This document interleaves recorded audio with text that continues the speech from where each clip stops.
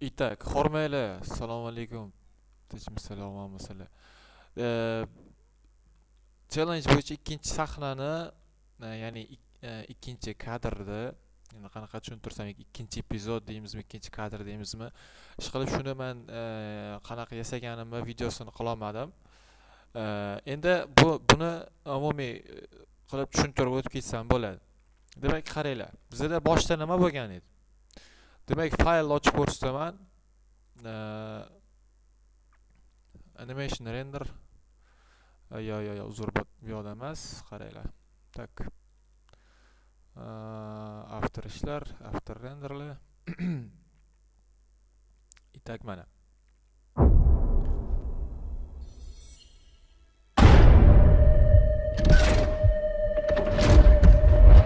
Demak, bizda bu birinchi sahna edi. Mana shu yoqqacha kelguncha.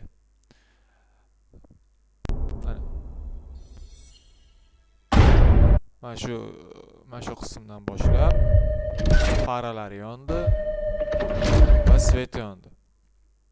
Shu yoqdan shu yergacha bizda birinchi sahna edi.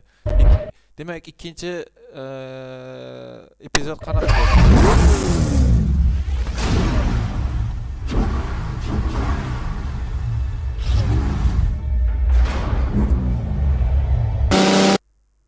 Demak, ikkinchi epizod bizda mana shu qismni darvoza ochilgungacha qadar bo'lgan.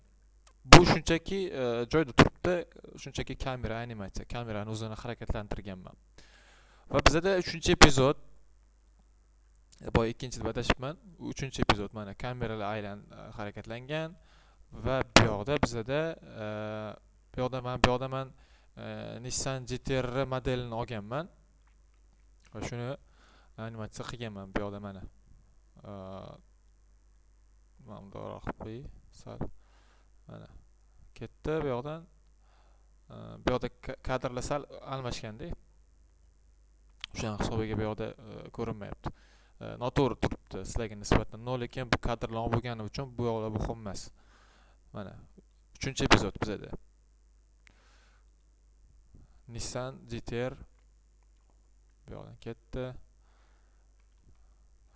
Xullas, yana ozgina kadrlar almashgan. Demak, Nissan bu yoqdan garaj yonidan o'tib ketadi, tezlikda o'tib ketadi va bizda bu yoqda yana asosiy kadr BMWda. Va bu o'tib ketgandan keyin masalan ortidan yetib olaman degan ma'noda sraz garajdan chiqib ketadi va orqasidan ketadi. Shu bilan epizod tugaydi. Bizda natija qanaqa bo'lgan mana?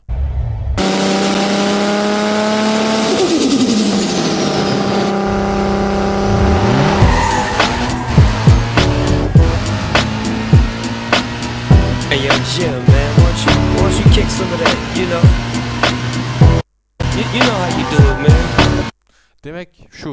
Bizda bu video 30 sekundgacha deyilgan, mendan lekin 36 sekund bo'lib ketdi.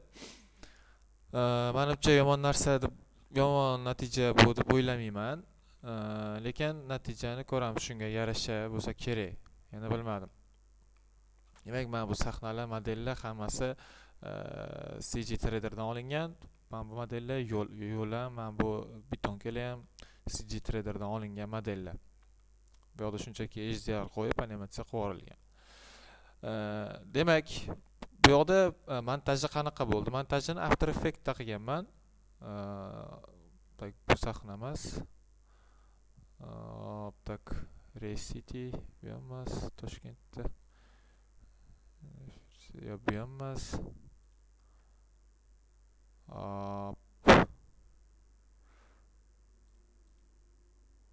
Yo'q, bo'lmas ekan.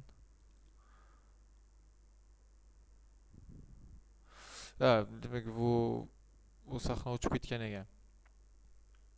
Demak, challenge uchun tayyorlagan finalniy video o'sha. Videoni boshdan ham qo'yib qo'yaman bu yoqda montaj payti. Demak, shu narsa. Oddiy kamera animatsiya va bu yoqda bizda shunchaki render ketgan. Mana birinchi varianti mana bunaqa bo'lgan edi. Mana keldi.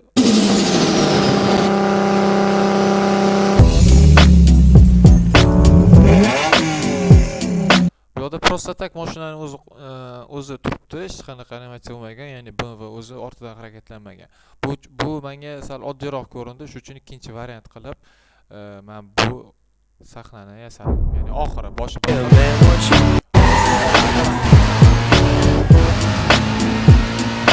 GTR orqasidan ketadi. Demak shu sahna. Endi menda yana bitta anaqa bor. Plan bor, ya'ni kattaroq proyekt qilmoqchiman. Toshkentga Need for Speedni olib kirmoqchiman. Qanaqa bo'ladi? Bu oddiy. Mana faylni ochib ko'rsatay. Cheksiz poyga yo'q bo'lmas.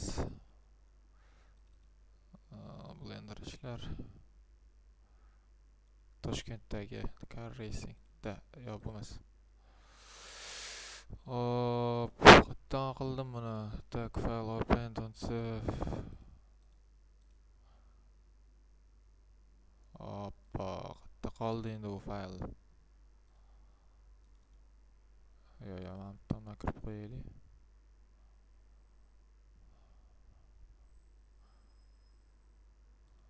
Da. Yo'q, bunisi emas. Ming bor uzr, ochib oldik. Demak, mana 3.6 versiyada ekan, esimdan chiqib ketibdi. Demak, qaranglar. Bu yoqda bu sahnada menda nima bo'ladi? Tak, ishlasangchi. Uzr. Tak, qaranglar. Bu yoqda o'sha BMW, Nissan GTR va bu yoqda Bugatti Chiron. Demak, bular yurib kelishadi. Ya'ni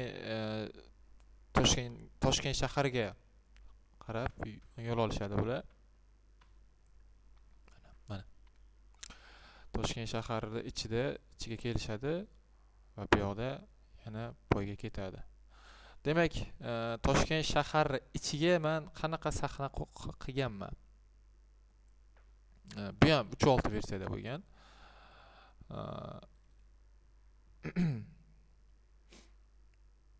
Toshkentdagi shot.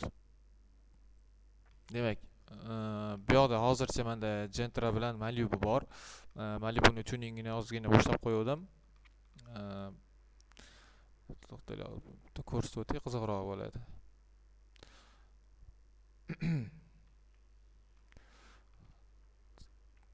Anaqa qo'ymaganda mana qo'ygandim. Demak, mana bu demak O'zbekistondagi mana men degan zo'r mashinalarni damini beradigan, masalan Malibu deb oladigan bo'lsak yoki katta bo'lgan mashina Gentra. Demak, bular hammasi tuning qilinadi. Demak, ssenariy qanaqa? Bular Toshkent shahriga kirib kelishadi. Demak, bu sahnada o'zi Toshkentga kirib kelishmoqda va o'sha kirib kelayotgan vaqtida ikkinchi kadrda bular shahar ichida o'zlari tam driftmi yoki nimadir qilib turishgan bo'ladi. Bu yoqda kelib qolishadi bular. Bular keladi, keyin esa bu yoqda katta poyga boshlanadi shahar ichida. Bu yoqda xudo xolasa kattagina shahar sahnasini yasab to'liqligicha endi o'xshatishga harakat qilaman. To'liqligicha shahar yasaladi, Toshkent shahar yasaladi. Bu yoqda masalan men Toshkent City Parkka olmoqchiman, ya'ni Toshkent City Park atrofini. O'sha joylarni olib bularni poyga o'ynatamiz shahar ichida. Bu yoqda yana boshqa legenda mashinalar bo'ladi. Nexia 2 bo'ladi, Spark bo'ladi, Matiz bo'ladi, 07 ham bo'ladi, xudo xolasa. Endi modellarini topib ularga yaxshigina ishlov berish kerak hali. Malibuni ham ish bitmagan. Bitta ballonni almashtirdim hali faqat. Ballonni sal chiroyliroq qildim. Men bu Gentrani ham polni tuning qilamiz xudo xolasa. Demak, bu juda ham katta proyekt bo'lishini kutyapman o'zim. Menga bu juda ham qiziq. Agar sizlarga ham xuddi shunaqa sahna qiziq bo'ladigan bo'lsa, shunaqa kadrlar qiziq bo'ladigan bo'lsa, obuna bo'lib qo'yinglar. Hammasini yasalishini ketma-ketlikda joylab boraman, xudo xolasa. Sizlarga asosiy narsa shuni aytib o'tmoqchi edim. Challenge video ham tayyor bo'lgan. O'zinglar ko'rdinglar. O'shani men yuborib ham bo'lganman challenge-ga. Endi bu maqsad challenge-da yutish emas. O'zi umuman bu narsa nima uchun qilinyapti? Challengelar mana shunga o'xshagan narsalar nima uchun qilinyapti? O'zbekistonda 3D sohasini kuchaytirish. Endi shundoq ham yaxshi, hozir O'zbekistonda yaxshigina rivojlanib boryapti. Lekin bunaqa kino olamida bunaqa VFXlar unaqa zo'r kuchaymagan. Xudo xolasa bu narsaga o'zimni hissamni qo'shmoqchiman desam ham to'g'riroq bo'ladi. Chunki bu o'zimga ham juda qiziq. Aytmam, Gentrani anaqasi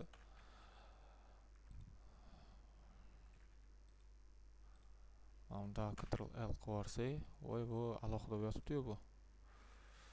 Ctrl L qilib bu yopiq ekan mana bu. Amalga to'g'rilaveramiz bu. Demak, qiziqroq narsalar qilamiz, xudo xolasa. Hammasini ketma-ketlikda joylab ko'rsatib boraman. Bu ko'rsatishimdan maqsad nima? Ko'pchilik Blender'ni bilmaydi yoki 3D olamini bilmaydi. Endi bilgan bilan tushunchasi kam bo'lishi mumkin yoki qanaqa yasalishi qiziq bo'lishi mumkin. O'sha maqsadda qo'yib boraman. Kimgadir qiziq bo'ladigan bo'lsa, marhamat obuna bo'lib qo'yinglar. Kimda qanaqa fikr bo'ladigan bo'lsa, kommentga yozib ketishingizni so'rab qolaman. Xudo xolasa, hamma narsasini sekin-sekin joylab boraman.